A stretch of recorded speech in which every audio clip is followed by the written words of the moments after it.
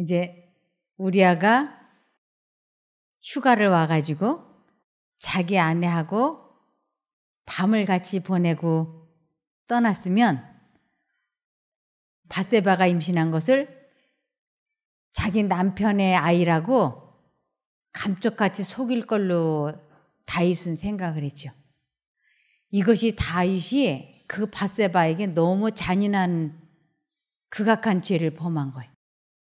여자가 다윗의 계획대로 자기 남편과 잠자리를 하고 그 임신을 했다고 자기 남편에게 바른 대로 말할 수 있을까요? 그것이 무사히 넘어갔다 할지라도 밧세바의 양심 가운데는 언제나 이 아이가 자기 남편의 아이가 아니라고 하는 거, 그리고 사랑하지 않는 남자의 아이를 자기가 임신을 하고 남편을 속인 것, 이런 것들로 인해서 이 밧세바의 마음에 자기가 성폭행 당한 이 다윗에 대한 원한이 사무칠 거예요. 그런데 우리아가 자기 아내에게 가지 않고 궁전에 있으니까 이제 다윗은 이 우리아를 전쟁터에서 죽일 계획을 세운 것이에요. 이것을 우리아는 자기 자신의 사형 집행 영장을 가지고 가는 자가 되었다. 왕은 우리아의 손을 빌어 요압에게 보내는 편지에 이렇게 명했다. 너희가 우리아를 맹렬한 싸움에 앞세워두고 너희는 뒤로 물러가서 저로 맞아 죽게 하라. 이미 함부로 사람을 죽인 죄로 물들여진 요압은 왕의 명을 순종하기에 주저하지 않았고 우리아는 암몬 자손의 칼에 죽임을 당하였다.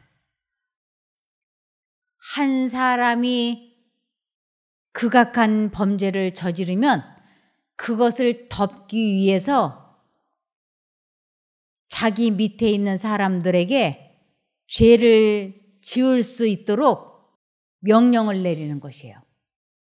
그래서 다윗은 밧세바와 그러한 일을 저지르기 이미 그 전에 사단의 종노릇을 시작했기 때문에 선악을 분별하는데 이미 눈이 어두워지기 시작했던 것입니다. 그래서 성경에서 눈이 성한 사람은 온몸이 밝을 것이요 라고 하는 것은, 눈이 성하다라고 하는 것은 하나님과 마음이 합해진 자, 하나님이 내 안에 내가 하나님 안에 있는 이러한 사람을 눈이 성한 사람이라 그래요. 그래서 이 눈이 성한 사람은 온몸이 밝다. 이것은 죄를 다스리는 사람인 거예요. 자기 감정 조절을 잘하고 마음을 잘 다스리는 힘을 소유한 사람을 눈이 성한 사람이라 그래요. 그런데 자기 감정을 조절하지 못하고 마음을 다스리지 못하는 사람을 성경에서는 눈이 어두운 사람이라고 그래요. 그래서 하나님과 분리됐다고 하는 것은 눈이 어둡고, 눈이 어두운 사람은 그 몸의 어둠이 얼마나 깊겠느냐, 이것은 그 죄가 얼마나 많이 짓게 되겠느냐라는 뜻도 되겠습니다. 그래서 아무리 의로운 생애를 평생 살았다 할지라도 오늘 내가 하나님을 의지하고 하나님과 연합하는 일을 등한히 하면 그 긴 세월 하나님과 함께 했었던 그 일들이 한순간에 물거품이 될 수 있는 것이에요. 다윗이 15살에 기름 부음을 받고 35살에 통일 왕국의 왕이 되어서 하나님 앞에 은총과 은혜를 그렇게 많이 입었지만 그가 49살에 하나님을 온전히 의지하는 것을 등한히 하고 밧세바에게 이렇게 아주 악한 잘못을 저지르게 되었을 때 그는 이미 하나님의 종이 아니고 그는 사단의 대제가 된 것입니다. 이제까지 통치자로서의 다윗의 기록은 어느 군주도 필적할 수 없을 만큼 훌륭한 것이었다. 다윗에 대하여 온 이스라엘을 다스려 모든 백성에게 공과 의를 행하였다고 기록되어 있다.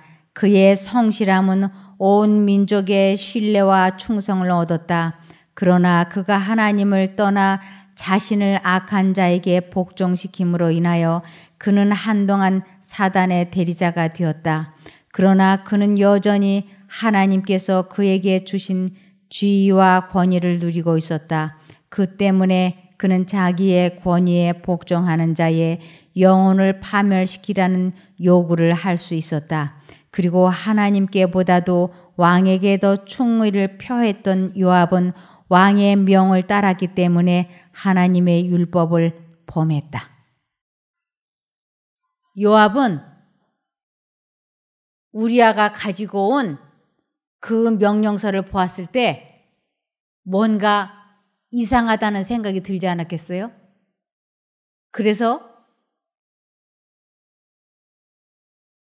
그 양심에 걸리는 명령을 상사로부터 아니면 주변 사람으로부터 명령받았을 적에 하나님의 뜻과 어긋나는 명령을 받았을 적에는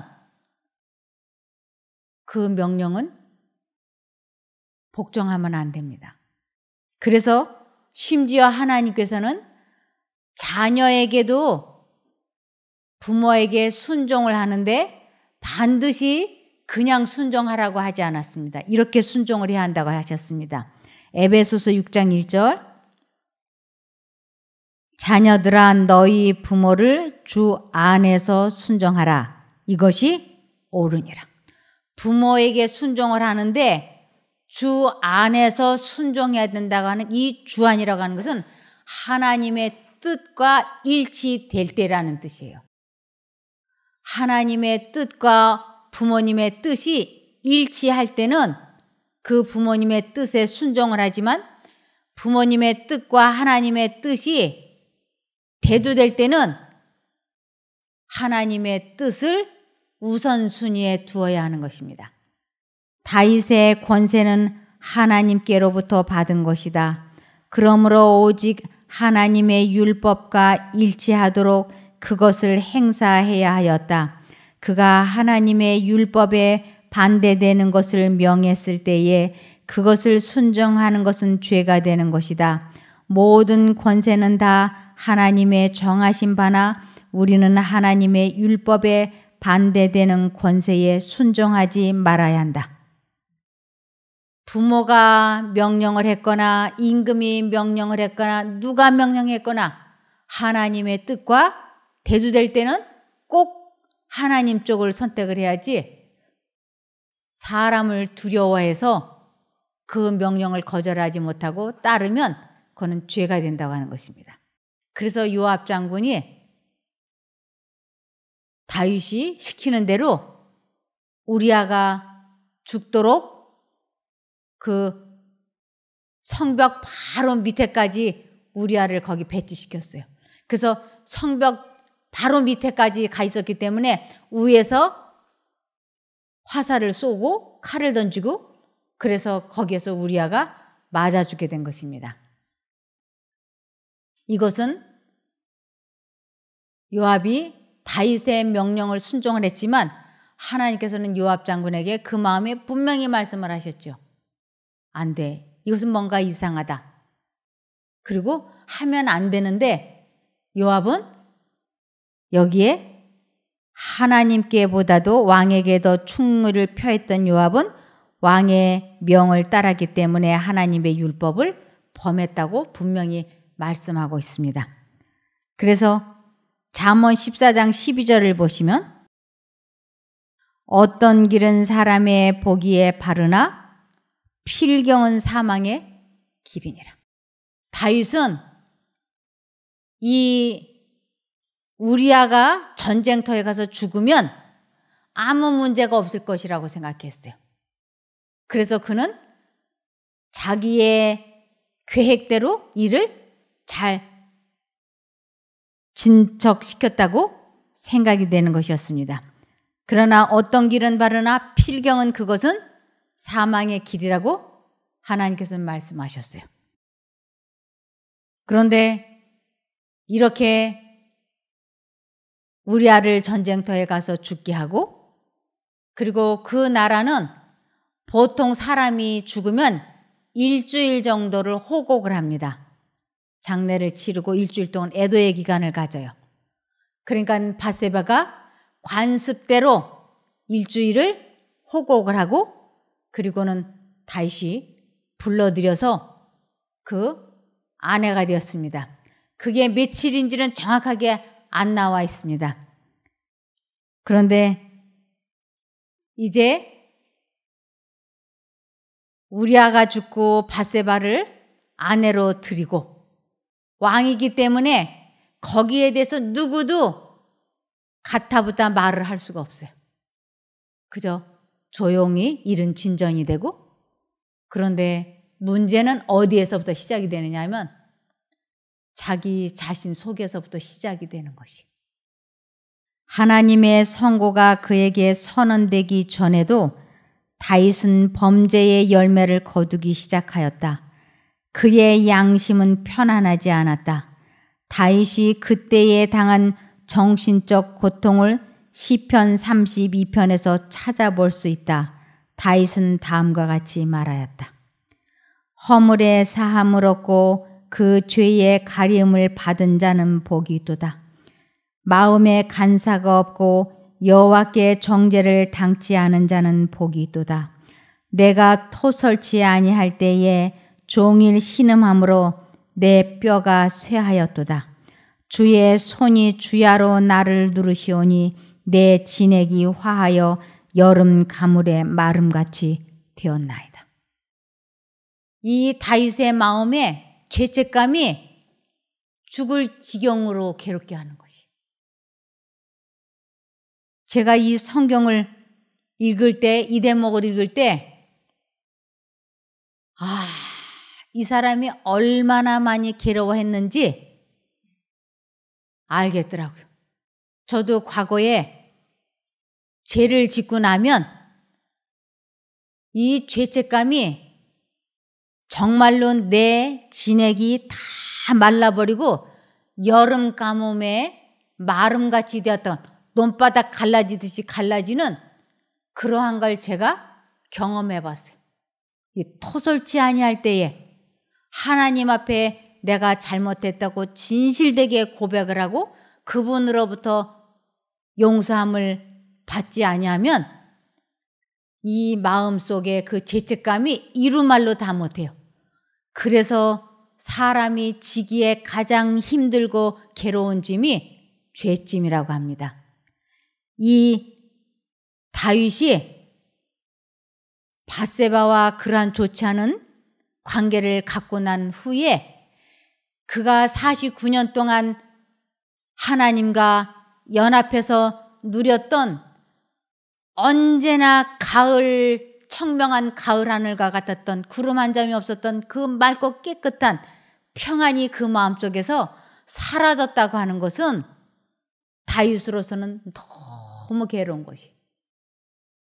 다시 하나님과 관계가 회복이 되어서 그 청명한 가을 하늘, 구름 한 점 없는 그 가을 하늘과 같았던 그 마음의 평안과 기쁨과 만족을 회복하고 싶은데 이것이 안 되고 있으니까 다윗이 너무너무 괴로워서 이 시를 그가 썼던 것입니다.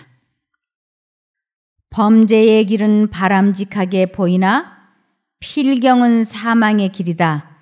대담하게 이 길에 들어섰다가 죄의 결과가 얼마나 쓰라린 것임을 알고 일찍 거기를 떠나는 자들은 행복한 자들이다.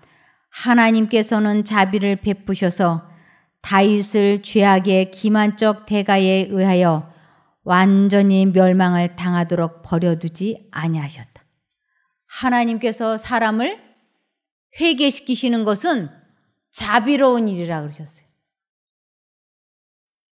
죄를 깨달을 때야 용서받고 싶은 열망이 있고 용서를 받고 싶을 때야 구주의 필요성을 느껴요. 그래서 진심으로 구주, 예수 그리스도가 필요하다고 느끼는 사람들은 성령 하나님께서 그 죄를 깨닫게 해주신 사람들에게 그런 거 일어나는 일이에요. 죄가 무엇인지 깨닫지 못하는 사람은 용서받을 필요도 못 느끼고 용서받을 필요를 못 느끼는 사람은 죄 사함을 얻게 해주시는 구주가 필요하지 않은 것이에요. 그래서 다윗을 죄악의 기만적 대가에 의하여 완전히 멸망을 당하도록 버려두지 아니하셨다. 하나님께서는 이 일을 개입하지 아니하시면 다윗이 완전히 멸망받을 것을 아셨어요.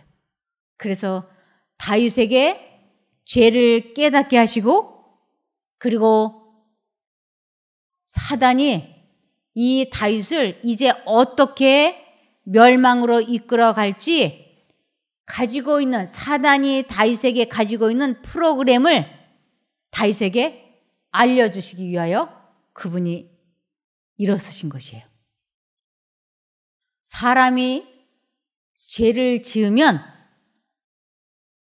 사단은 이 사람을 어떻게 죄악의 길로 계속해서 이끌어서 어떻게 병들게 하고 어떻게 죽게 해야지 하고 프로그램을 가지고 있어요. 그래서 사단이 나에게 어떤 프로그램을 가지고 있는지 궁금하시면 성경을 보세요.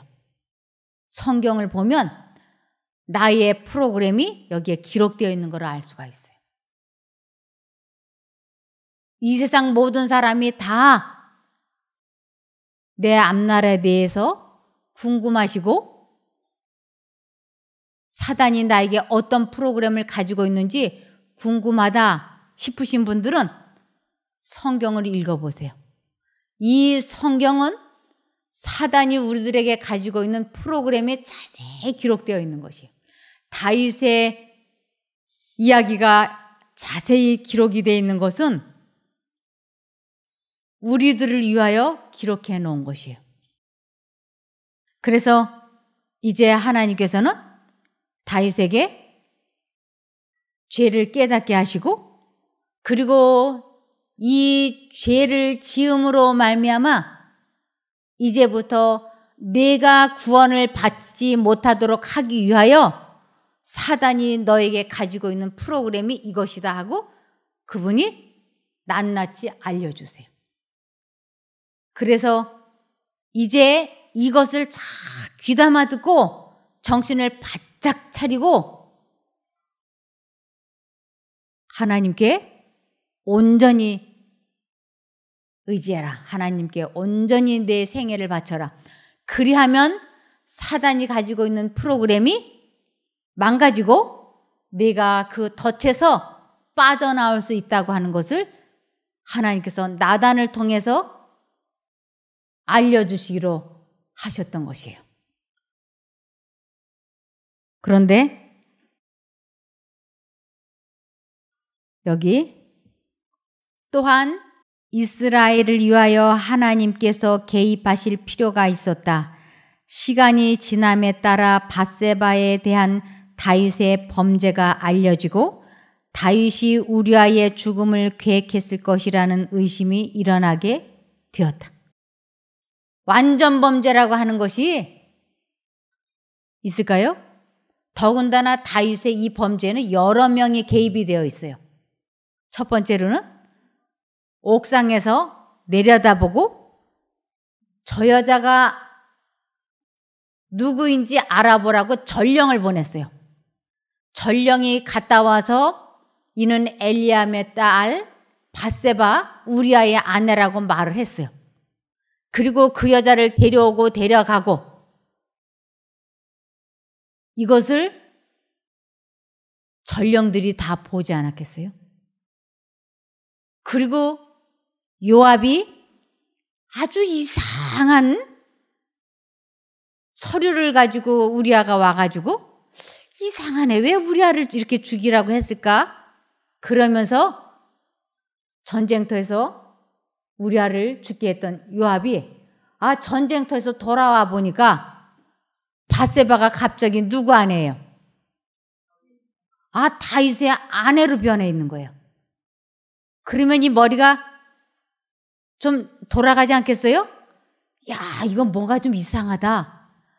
그러면서 우리아가 죽고 밧세바가 이렇게 되기 전에, 그 전에 이미 다윗 왕과 밧세바가 무슨 일이 있지 않았을까?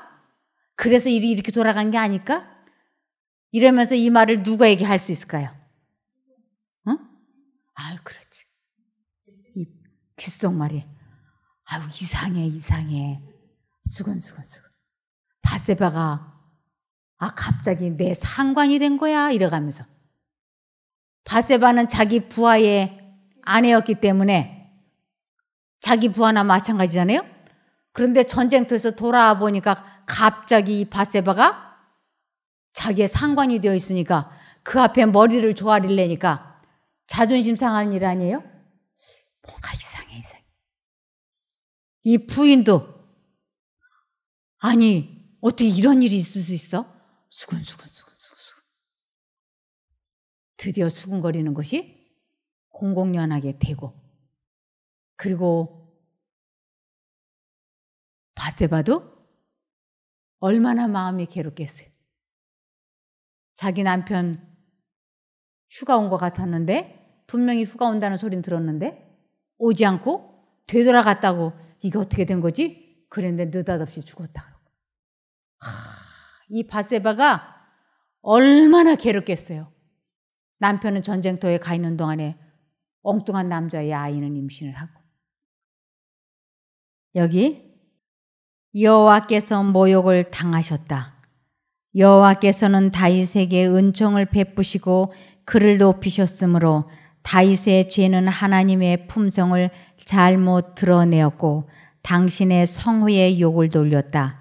한편으로는 이것은 이스라엘 백성 중에서 경건의 표준을 낮추고 많은 사람들의 심중에 죄에 대한 증오심을 둔화시켰고, 다른 편으로는 하나님을 사랑하지도 않고 공경하지도 않는 자들에게 대담하게 범죄할 구실을 주었다. 하나님 믿는다고 하면서 하나님의 품성을 나타내지 않고 사는 사람을 세 번째 계명을 범했다라고 얘기합니다. 하나님 믿는다고 하면서 화를 버럭버럭 낸다든지 거짓말을 슬쩍슬쩍 한다든지, 그러면 그거는 하나님의 자녀가 아니고 사단의 자녀라고 하는 증거를 나타내는 것이기 때문에 출애굽기 20장 7절에 너는 너희 하나님 여호와의 이름을 망령되이 일컫지 말라. 나 여호와의 이름을 망령되이 일컫는 자를 죄 없다 하지 아니하리라.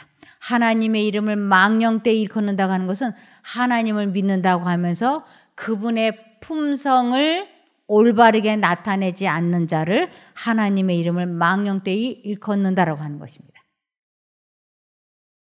선지자 나단은 다윗에게 책망의 기별을 전하라는 명을 받았다. 이것은 매우 혹독한 기별이었다. 이와 같은 책망을 받고도 책망한 자로 하여금 반드시 죽음으로써 그 값을 치르게 하지 않을 군주는 거의 없었다. 사람이 충고나 간섭이나 하면 기분 나빠하잖아요. 남편이 아내가 밥상을 차려다 주니까 하는 말이 당신은 다 좋은데 말이야. 음식은 좀 맛이 없어. 음식 좀 맛 좀 있게 해주면 안 될까? 웃으면서 농담처럼 이렇게 말하면 부인이 알겠어요. 이제부터 잘해줄게요. 그럴까요? 이제부터 당신이 밥해 먹어. 그러지 않겠어요? 사람의 생사고락을 손에 쥐고 있는 왕에게 당신이 이러이러한 죄를 지었다라고 지적을 하면 그 자기에게 책망한 사람의 생명을 살려준 군주, 왕은 거의 없었어요. 그런데 이 나단에게 다윗의 이러한 죄를 가서 지적하고 책망하라고 하니까 나단은 목숨을 내놓고 가야지 돼. 이제 여차직하면 오늘 다윗에게 충고하러 갔다가 시체로 나올 수밖에 없는 운명이 될 수가 있는 것이에요. 그런데 이 나단은 아주 지혜로운 선지자였어요. 가서 바로 손가락질 이렇게 하면서 당신이 우리아의 아내 어쩌고 저쩌고 하면 그 자리에서 사형당할 수 있어요. 그런데 아주 재미난 옛날 이야기 하듯이 아주 재미있는 이야기 하듯이 이야기하니까 이 다윗이 얼마나 지혜로운 사람인데 한마디를 들으면 10마디를 하는 사람인데 이 너무 재밌는 이야기에 보면 정신이 빠져가지고 혹해가지고 그것이 자기 자신이라고 하는 거는 꿈에도 몰랐어요. 그리고 막 흥분이 돼가지고 무슨 말을 하는지 이제 보시겠습니다. 나단은 굽히지 않고 하나님의 선고를 전했으나 왕의 동정심을 끌고 그의 양심을 환기시켜 자기의 입술로 자신에게 사형 선고를 내릴 그와 같은 천례의 지혜를 사용하였다. 하나님께서 당신의 백성의 권리를 수호하는 자로 임명하셨다는 것을 다윗에게 호소하면서 선지자는 제거되어야 할 악과 압제에 대한 이야기를 되풀이해서 말했다. 사무엘하 12장 1절에서 4절. 여호와께서 나단을 다윗에게 보내시니 와서 저에게 이르되 한 성에 두 사람이 있는데 하나는 부하고 하나는 가난하니 그 부한 자는 양과 소가 심이 많으나 가난한 자는 아무것도 없고 자기가 사서 기르는 작은 암양 새끼 하나뿐이라. 그 암양 새끼는 저와 저의 자식과 함께 있어 자라며 저의 먹는 것을 먹으며 저의 잔에서 마시며 저의 품에 누움으로 저에게는 딸처럼 되었거늘 어떤 행인이 그 부자에게 오매 부자가 자기의 양과 소를 아껴 자기에게 온 행인을 유하여 잡지 아니하고 가난한 사람의 양 새끼를 빼앗아다가 자기에게 온 사람을 위하여 잡았나이다. 이 나라에는 이런 법이 있었어요. 출애굽기 22장 1절. 사람이 소나 양을 도적질하여 잡거나 팔면 그는 소 하나에 소 5으로 갚고 양 하나에 양 4으로 갚을지니라. 그래서 예를 들면 머릿속에 자기 나라 법률이 떠오르지 않겠어요? 양 하나를 죽이면 몇 마리? 4마리.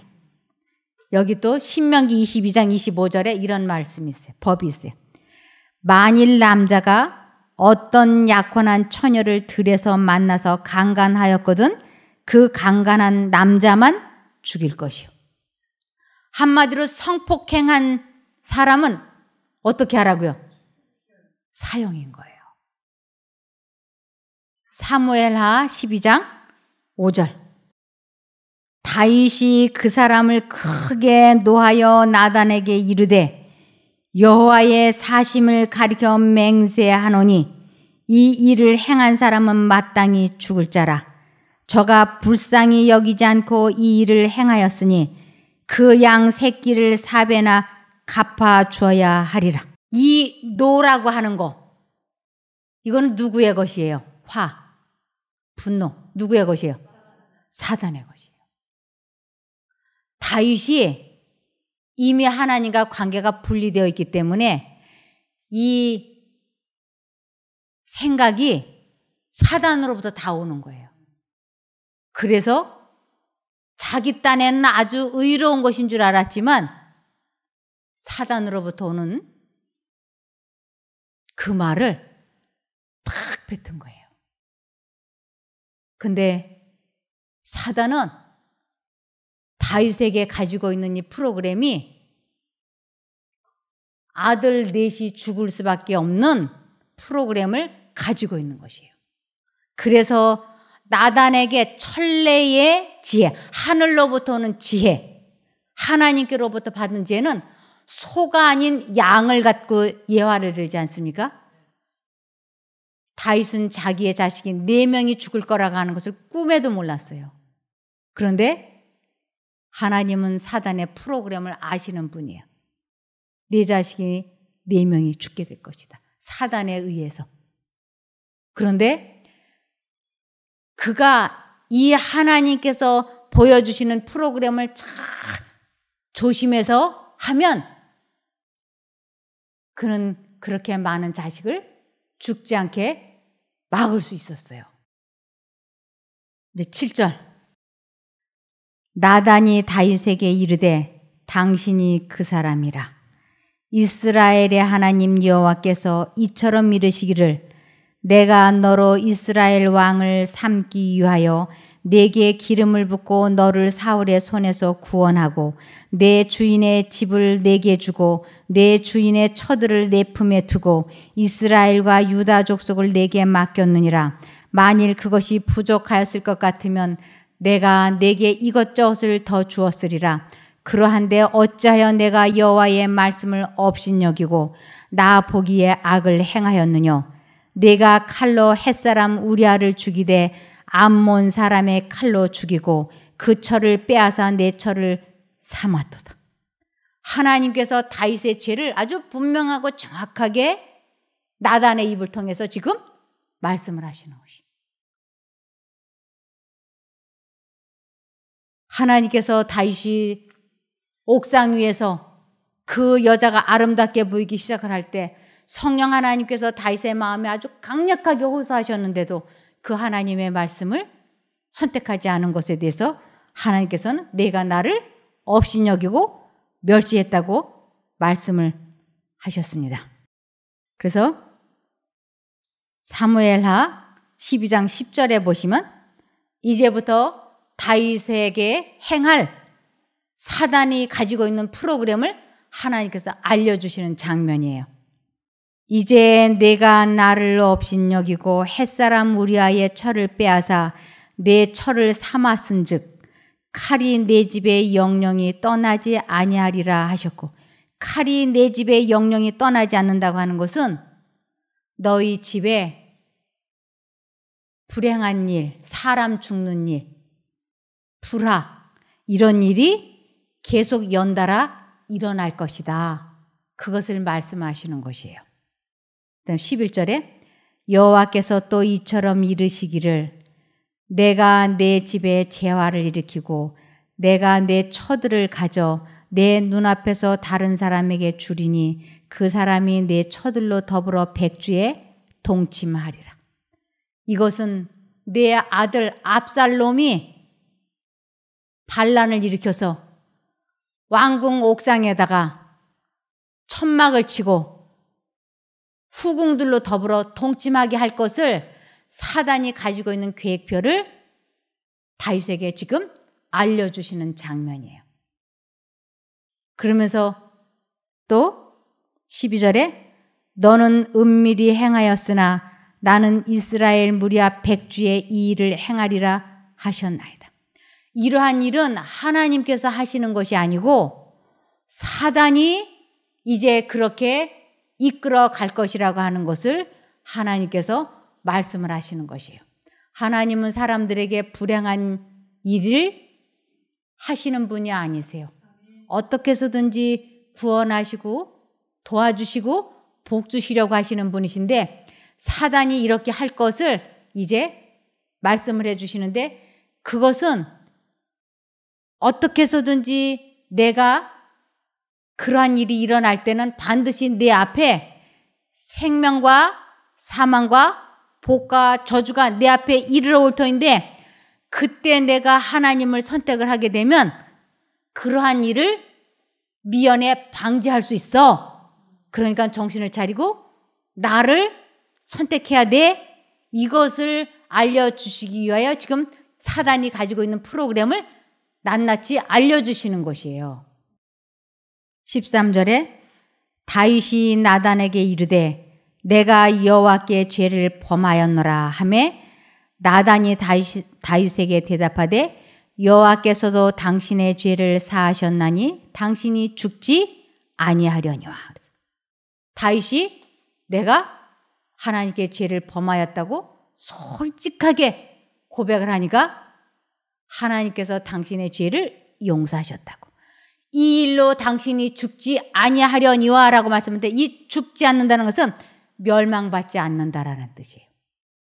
사람이 죄를 짓고 용서함을 받으면 멸망당하지 않아요. 지금 그것을 말씀을 하시는 것이에요. 너는 이 일로 내가 간음죄는 저질렀지만 하나님께 고백했으므로 내가 이 일로 멸망당하지 않는다. 그러나 나는 너를 용서해서 이 일로 내가 멸망받지 않게 용서했지만 사단은 내가 구원받지 못하도록 이것을 빌미로 시작하여 내 생애를 많이 해방하고 괴롭힐 것이다. 구원받지 못하게 크게 해방할 것이다 하고 말씀하시는 것이 그 다음 말씀이에요. 14절에 이 일로 인하여 여호와의 원수로 크게 해방할 거리를 얻게 하였으니 당신의 낳은 아이가 정령 죽으리이다 하고, 이제 4명의 아이가 죽을 거라고 하나님께서 말씀하셨어요. 이제 첫 번째 아이를 사단이 죽이기 시작을 할 거예요. 그래서 이 세상 모든 사람들이 다 죄를 지었어요. 그러나 그것을 하나님께 고백을 하고 하나님께 용서를 받으면 하나님은 다 용서해 주셔요. 내가 죄를 지어서 구원을 못 받는 게 아니고 하나님께서 내 죄를 용서해 주신 것을 믿지 아니함으로 구원을 못 받는 것입니다. 하나님께서는 모든 사람들의 죄를 다 용서해 주셨어요. 그런데 사단은 사람이 죄를 지으면 그때부터 그는 용서하지 않아요. 사단은 용서하지 않고 구원을 받지 못하도록, 하나님을 믿지 못하도록 하기 위한 회방을 시작을 합니다. 그래서 다윗에게 그 회방거리가 닥쳐왔는데 그것이 이 아이를 사단이 죽이는 것이에요. 그러면 주변 사람들이 다 뭐라고 얘기할까요? 아이고, 감쪽같이 그렇게 하더니 죄악의 씨를 하나님이 치셨구나. 하나님이 죽이셨구나. 그러면 그렇지. 하나님은 공의로우셔? 이러지 않겠어요? 근데 다윗은 그렇게 말하지 않았어요. 내 죄 때문에 하나님이 내 죄값으로 이 아이를 죽인 것이 아니고 사단이 이 아이를 죽임으로 내가 내 죄값으로 이 아이가 죽었는지 죽지 않았는지 그것을 말하게 하기 위해서 사단이 이 아이를 죽인 것이지, 내 죄값으로 내 아이를 하나님이 죽이셨다면 사람이 자기 죄값을 자기 자식이나 자기 몸으로 갚으면 예수님이 뭐가 필요해요? 다윗은 그것을 믿지 않았어요. 하나님은 내 죄를 용서해 주셨기 때문에 내 죄의 값으로 예수님이 아버지 하나님과 영원히 분리되는 그 죄값을 십자가에서 당해 주셨으니까 나는 그것을 믿음으로 영생을 얻었고, 내 아이가 죽은 것은 사단이 내가 하나님을 믿는지 믿지 않는지 나를 괴롭혀 보려고 이 아이를 죽인 것이지 이 아이가 내 죄값 때문에 죽은 것이 아니다라고 다윗은 강하게 말할 수 있었어요. 여러분 공감이 되십니까? 그래서 다윗은 그 아이가 병들었을 때 일주일을 금식 기도했어요. 살려달라고. 그러나 하나님께서는 사단이 이 아이를 꼭 죽게 해서 다윗이 내 죄값으로 하나님이 이 아이를 죽였다라고 말을 하는지 안 하는지 그걸 보기 위해서 사단은 이 아이를 죽이려고 한 것이기 때문에 하나님께서는 이 아이를 살려주실 수 없었어요. 그래서 사단의 계획대로 이 아이는 죽었어요. 그럴 때 다윗은 내 죄값으로 하나님이 이 아이를 죽인 것이 아니고 사단이 내가 구원받지 못하게 하려고 크게 회방하기 위하여 이 아이를 죽였다고 하는 것을 그는 이 문제를 정확하게 이해하고 있었어요. 그래서 이 아이가 죽자마자 다윗은 성전에 올라가서 하나님께 예배를 드렸어요. 내 죄를 용서해 주신 그 감사함을 예배드리고 일주일 동안 금식했던 그가 금식을 끝내고 식사를 하게 된 것입니다. 이제 나머지 세 아들이 어떻게 죽는지, 그리고 이 세 아들을 살릴 수 있는 아주 절호의 기회가 있었는데 그것을 다시 놓쳤어요. 그가 그 절호의 기회를 제대로 잡았더라면 두 아들이라도 살릴 수 있었을 텐데 다윗이 그렇게 아주 기가 막힌 기회를 왜 놓쳤는지 내일 말씀드리겠습니다. 기도하고 마치겠습니다. 하늘에 계신 저희들의 아버지 하나님, 이런 말씀을 성경에 기록해 놓으시고 저희들에게 말씀을 읽고 깨달아서 온전한 생명의 길로 인도하시려고 해주신 것 감사드립니다. 저희들이 이렇게 배운 말씀을 생애에 잘 적용하고 체험해 보게 하여 주시옵소서. 저희들의 죄를 용서해 주시고 올바른 진리로 이끌어 주신 하나님께 감사드리며 저희들이 이렇게 배운 진리를 꼭 잊지 않게 하여 주시기를 예수님 이름으로 기도드리옵나이다. 아멘.